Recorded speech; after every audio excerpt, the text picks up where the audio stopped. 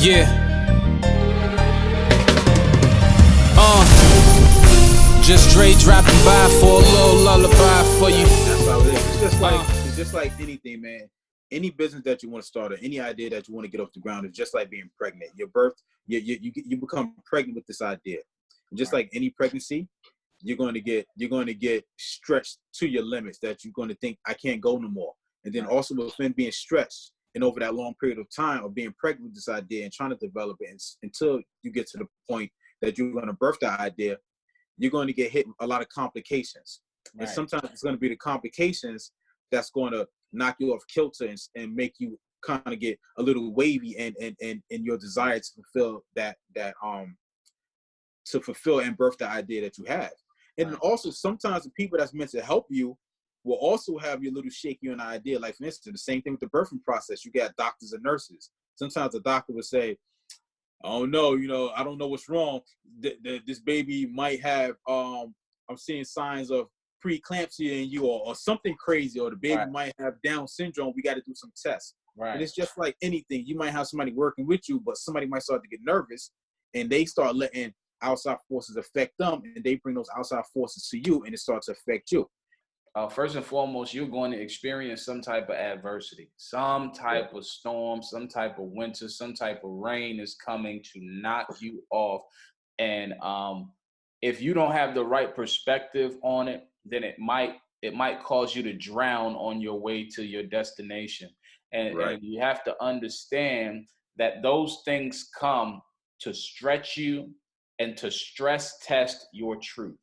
Right. I don't want any truth. I don't want any information to be counted as valid until it has been stress tested by adversity. But you know what? You did say something interesting. You said something interesting in reference to people like the doctor who sit there to help you, but they may be speaking words of not so greatness over what you're trying to birth in that season. And I was just doing a short comedic video today in reference to the types of people that will come along as you build. You'll have foundation workers and framers, and then you have people that'll come to do cosmetic work.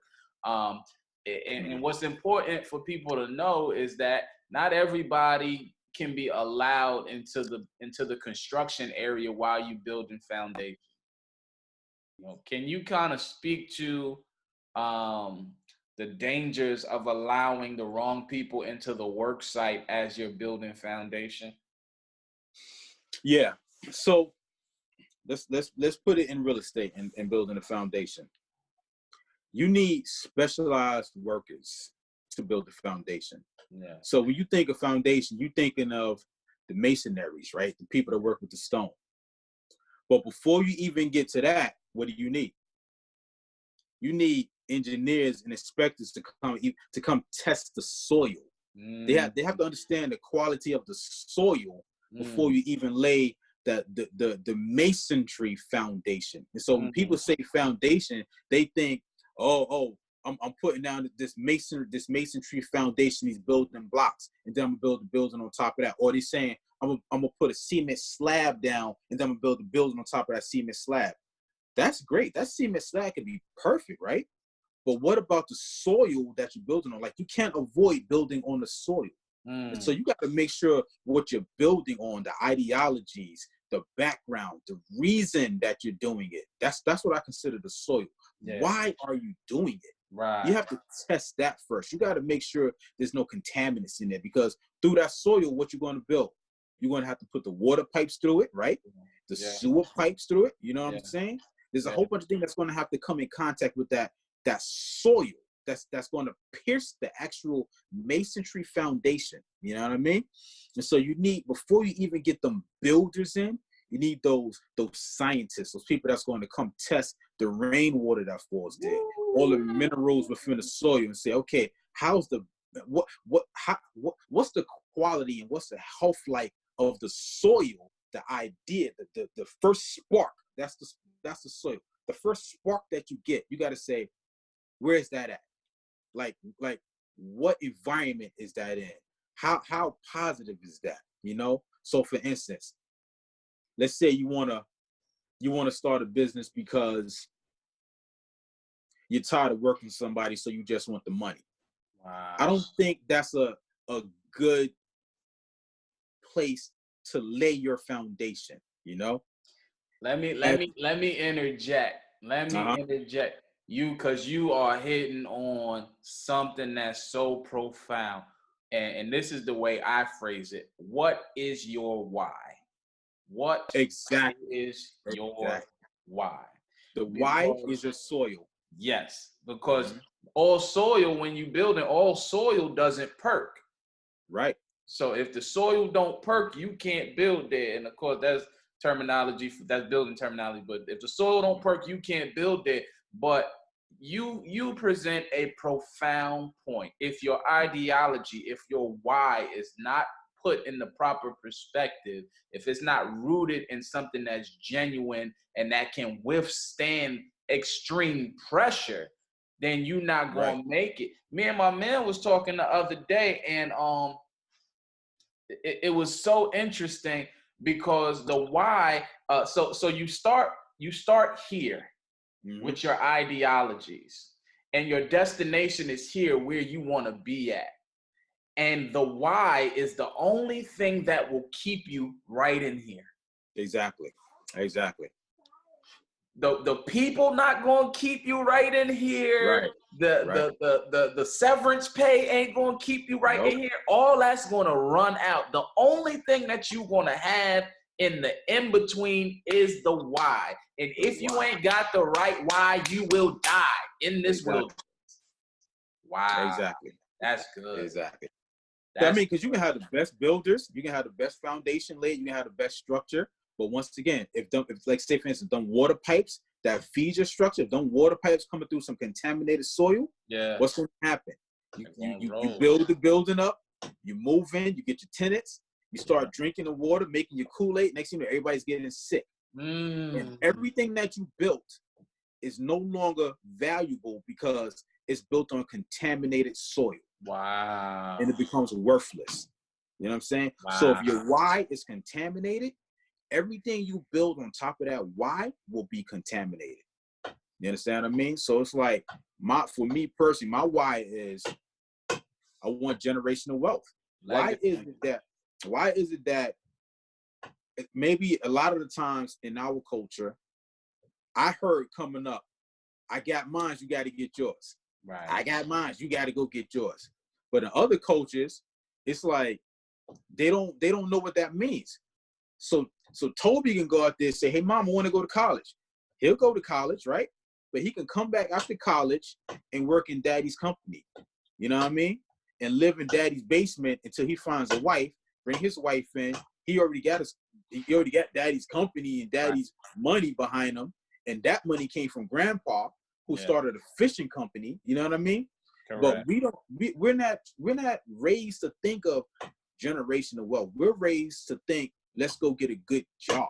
Right. And then we take that same ideology and teach it to our kids. Go to school so you can go get a good job. Yeah. And jobs ain't worth nothing. You know what I mean?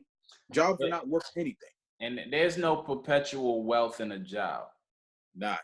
Wealth and job don't go hand in hand. That's right. My man said something so profound. I used to work at a paint store, and when I was working at the paint store, I would service entrepreneurs every day. So I started polling the entrepreneurs, and I keep asking, yo, from one to another, yo, why you started? Why you doing this? And why would you start your own business? Why you ain't got a job? And this dude named Mike from Ground Up Painting, I said, yo, Mike, why you ain't got no job? Why you ain't working? Why you out here as an entrepreneur, young cat? That man said, Dre, you ain't gonna be no millionaire off of W-2. Nah.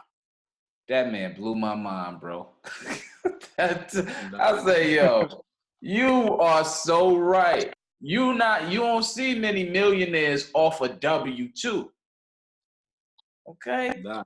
What do they do? Look, for the layman's, a W-2 is an employee tax document. You can become a millionaire off of 1099. Yep. But not on no W-2. And then W-2, this is how they work. So you get a W-2, right? Oh, yeah. You make a certain amount of money. you're in a certain tax bracket, right? Oh yeah. You make a little bit more money, they move you to a higher tax bracket. They say, oh, you can afford to pay a little bit more. I can't even say pay. They say you can afford to give me a little bit more. Bro. You make a little bit more money, they move you to a higher tax bracket. They say, oh, you can afford to give me a little bit more. Bro, you are unearthing all the gems that once you find out these things, it makes it so hard for you to function in a traditional environment. It don't even make sense. Most people don't understand that the employees are being taxed the most of any other class of business owners, of self-employed, of investors. The employees are getting that 30% out the tax, when me as a company owner, I can write pretty much everything off and get to a place where I have, if you got a good accountant and you running your business tight, where you can have zero tax liability. Exactly. And not to mention, you can write a lot of toys off with your taxes. Bro, here's the funny thing about the and write the toys off. It's ridiculous. Here's a funny thing. You sit there, you go to work, you show up for work, you the one punching the clock, right? You signing your time card. Yet, why does FICA, whoever that is, get paid before you get paid? Correct. Before you even see your check, Mr. FICA has already taken his money out. You're getting it. You know what I mean? And you doing all the work, yet you get what's left. Yes. Yo, I want the lion's share. Yeah. I don't. You can't get the lion's share working. You can't get the lion's share. Number one, they can never pay you what you're worth. They'll never pay you what you're worth. It depends how much you feel you're worth. That's how we get jobs. We get jobs because we feel we're worth a certain amount. So if somebody say, oh, I get paid $17 an hour. If they settle for $17 an hour, then they feel like they are worth $17 an hour. If you got somebody going to work and they're taking a job getting paid $10 an hour, then they feel like they are worth $10 an hour. I think the difference comes when you say, my time is worth a lot more than you are willing to pay. And then you become an entrepreneur. That's it. And you know, much respect to everybody who works full time and who doesn't desire to be an entrepreneur, but this is just the perspectives of an entrepreneur and the psychological makeup and breakdown of some of the thoughts. But it's about time. One of the most valuable assets that you have in this life is time. Yeah, I believe it's the most valuable commodity you got. Because once it's used up, that's it. Yeah. Like, people don't realize, once you come out of your mother's womb, the clock is ticking down. Correct. That's it. You're not getting no more time. They're not making any more time for you. Right. It's getting used up, you know? No more time, no more land. No more time, no more land. Look at New York. New York is getting built up because they can't go out no more. There's no more space. Right. Well, brother, this was good. We're going to wrap it up, man. We're going to wrap it up. This was good. I hope you listeners got some gems from this. Thank you, Alan Mason, from joining us. Give the people your social media so they can check out your brand and help to build up what you got going on with Covered. Yo, appreciate you letting me on the show, man. You want to see more of me, follow my brand. It's I'm Just the Mason. And again, this is Andre. Correct. I am Dre Mason, signing off for Mason Apparel. Clean slate, just boss business, freedom papers. We hope that this helps and that you get your freedom papers soon. We'll see you later. God bless.